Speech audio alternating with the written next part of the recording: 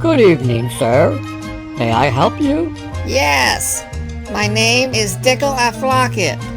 I have a reservation in your fine establishment. Aflocket. Let me see here. Oh, there you are. How much are your rooms? $500 a night to start. $500? What? Okay, I can pay you cash. Is that all right? That's not necessary, sir. We can settle up when you check out. Okay. Do you have room service? Yes, sir. Could you send up a 6-pack of Busch beer and 6 packs of teriyaki beef jerky? Yes, sir. Your room is 1313. Also, I need a 7 a.m. wake-up call, too. I'm going to see Trump inaugurated tomorrow, and I wouldn't want to oversleep. Yes, sir. Also, do you have some type of soap in the room? I need to wash my undies tonight. Yes, sir. Have a good night. Oh boy, thank you very much. Ladies and gentlemen, the President-elect of the United States, Donald John Trump. Please raise your right hand and repeat after me. I, Donald John Trump, do solemnly swear. I, Donald John Trump, do solemnly swear that I will faithfully execute the office of President of the United States the office of President of the United States and will, to the best of my ability, preserve, protect, and defend the Constitution of the United States. So help me God. Congratulations, Mr. President.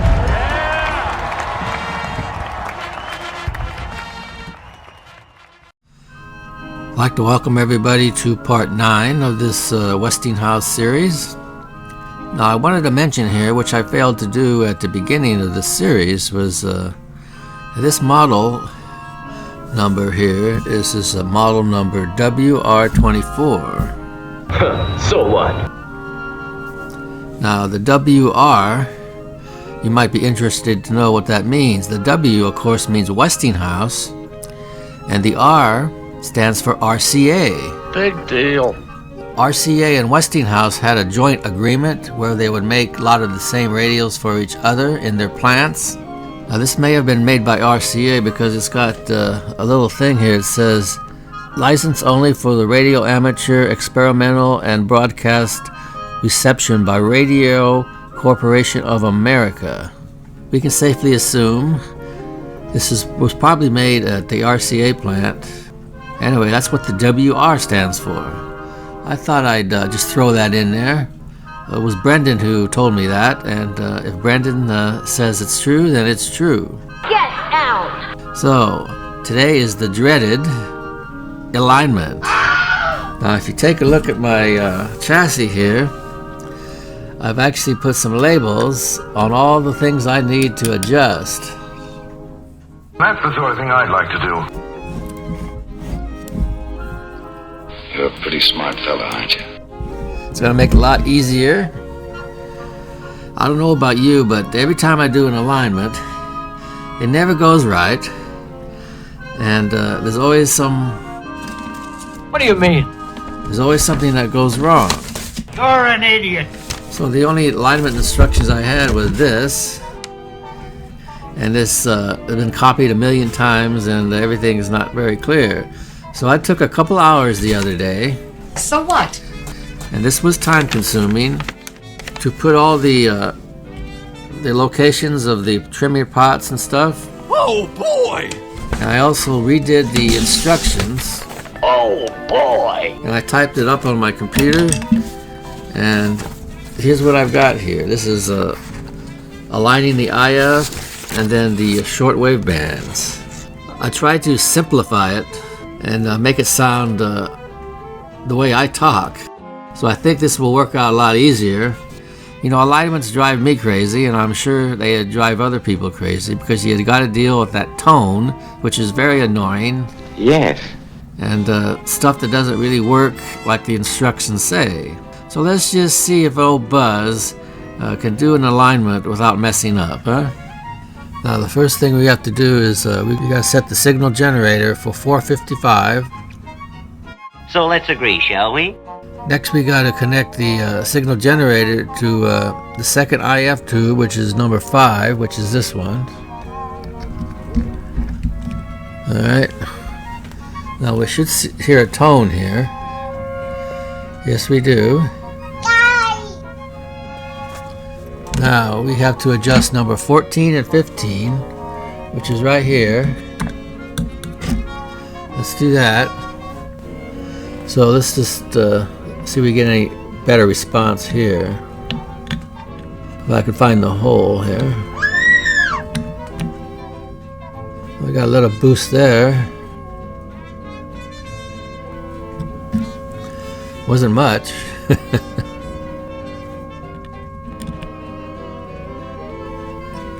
Whoa. You should be careful. Be careful. Okay, now we got to go to the other tube, which is the first IF, number 6. And number 6 is here.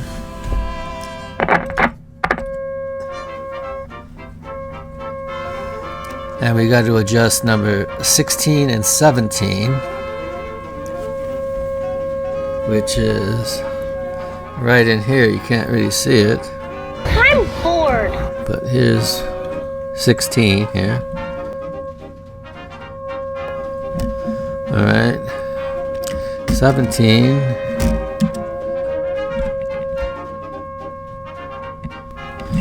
I lost it there. Right there. Right there. Okay, the next step is connecting the signal generator to the first detector tube, number 11, which is this one, to the grid cap. Hey, what are you trying to do? There's an annoying noise. Adjust number 18 and 19. Alright, let's adjust 18 first.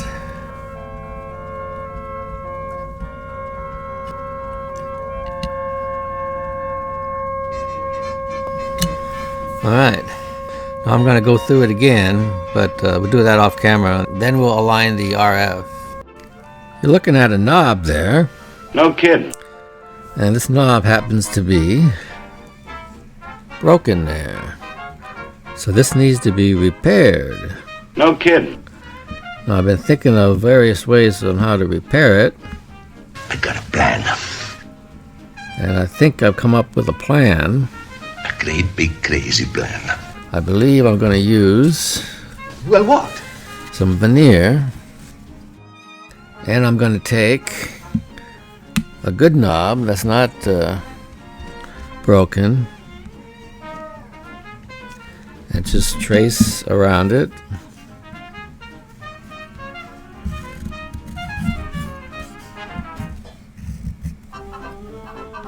You're a brilliant artist. Bueno. Cut this out. And then drill a hole in the middle. And then glue this on the bottom of the knob. So that way I'll have a base. So I can put some wood filler here and slowly get it up there to the right level, and then I can sand it down, and hopefully that'll work. We're going to find out here. And supervising the job is going to be Peanut. You're going to supervise, right, Peanut? Yep. Peanut wants to make sure that I don't mess up, right? Right. Give me 5, Peanut. Alright, let's cut this out. Okay, to check the RF, we got to put the signal generator on 1500. Then we have to place the pointer of the radio to the 1.5 mark. That's way over here. Come on, let me have what's coming to me. Now, I'm supposed to adjust number 20, which is up here on the can until we hear a signal. There we go. It's coming in.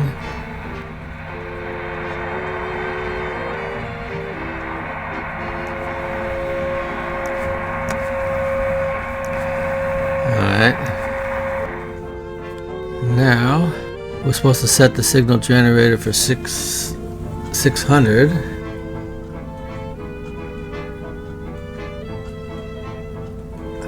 We don't have to show you, I just told you.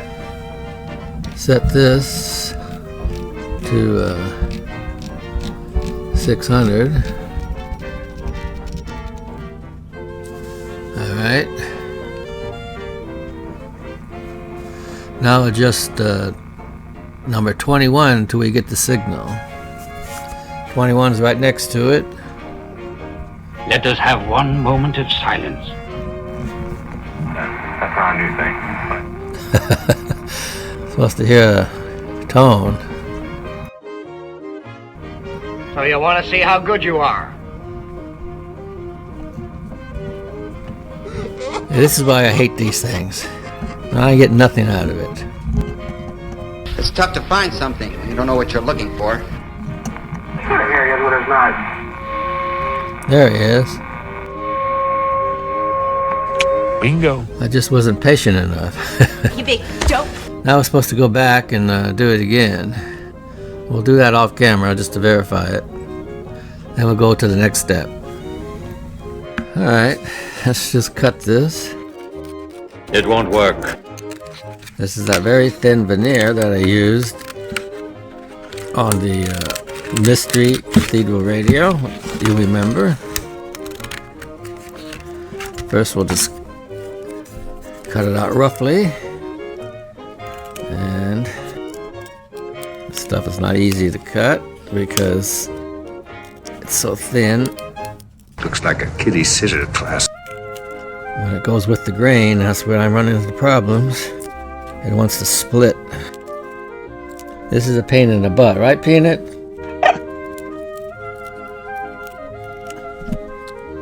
See, there's my base. After this is glued on there to hold the wood filler in. Okay, the next step is I'll take the signal generator off the first detector, put it on a 200 picofarad capacitor, and connect the other end to the antenna. So we'll do that. Okay. Now it says with the dial still at 1500, we're still at 1500. Adjust numbers 22 and 23 for max output. So we'll try 22 first.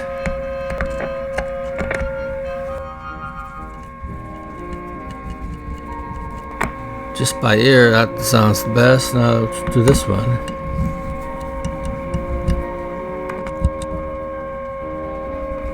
Not really anything on those. That's the best there, and this one doesn't really do anything. Goodness me, what a time we're having. So let's see if this can pick up 1360 on the dial, which is the strong station in the area. We're making progress. Let's turn the signal generator down.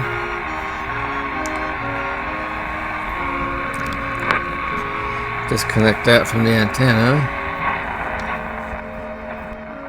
Cordell closed because of a landslide.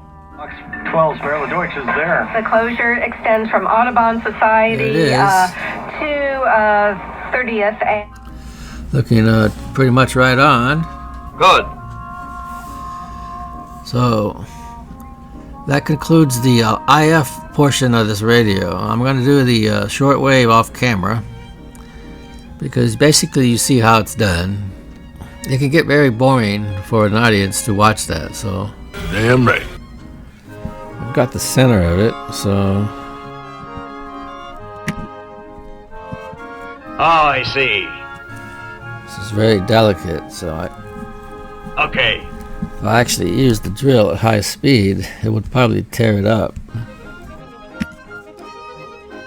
I'll work on that off camera, and when we're ready to glue, we'll glue. Here's the radio site, Radio Days. I've been looking for a grill cloth because I messed up the other one. And here's some grill cloth here. I'll show you what I ordered from them. But I also ordered another piece, and we'll show you that later here. I ordered this one here.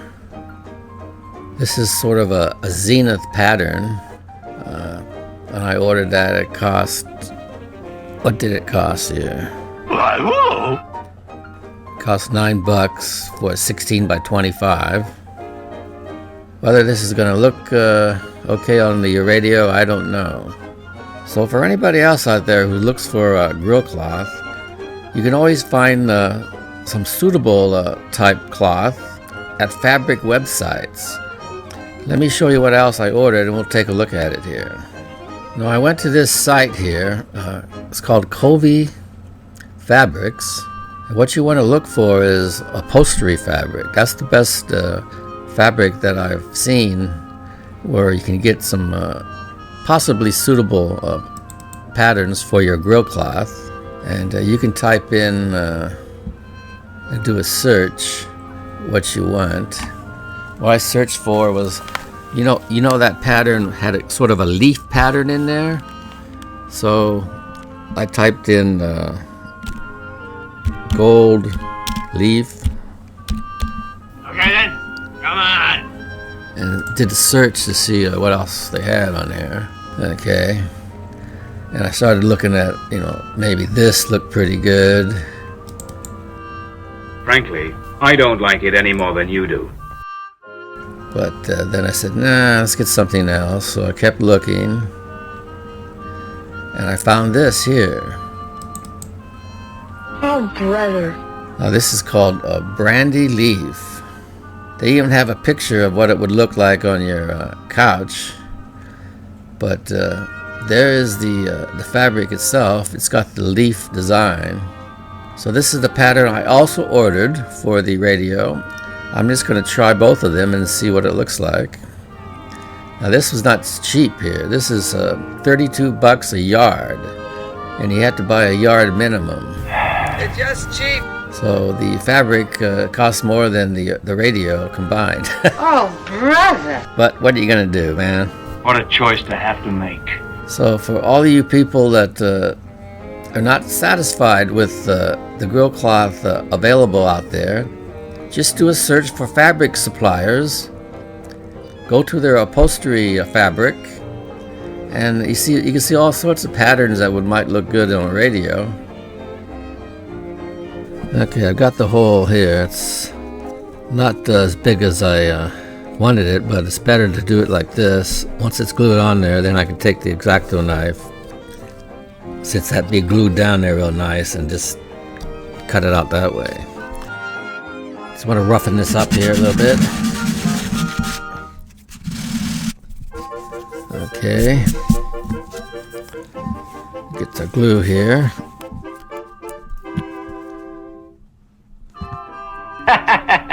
Well, it's quite simple. There we go. We got our base. Now, I've never done this before. Like just about everything else with these old radios. It comes down to the old buzz saying, trial and error. Trial and error. Right, Peanut? Right.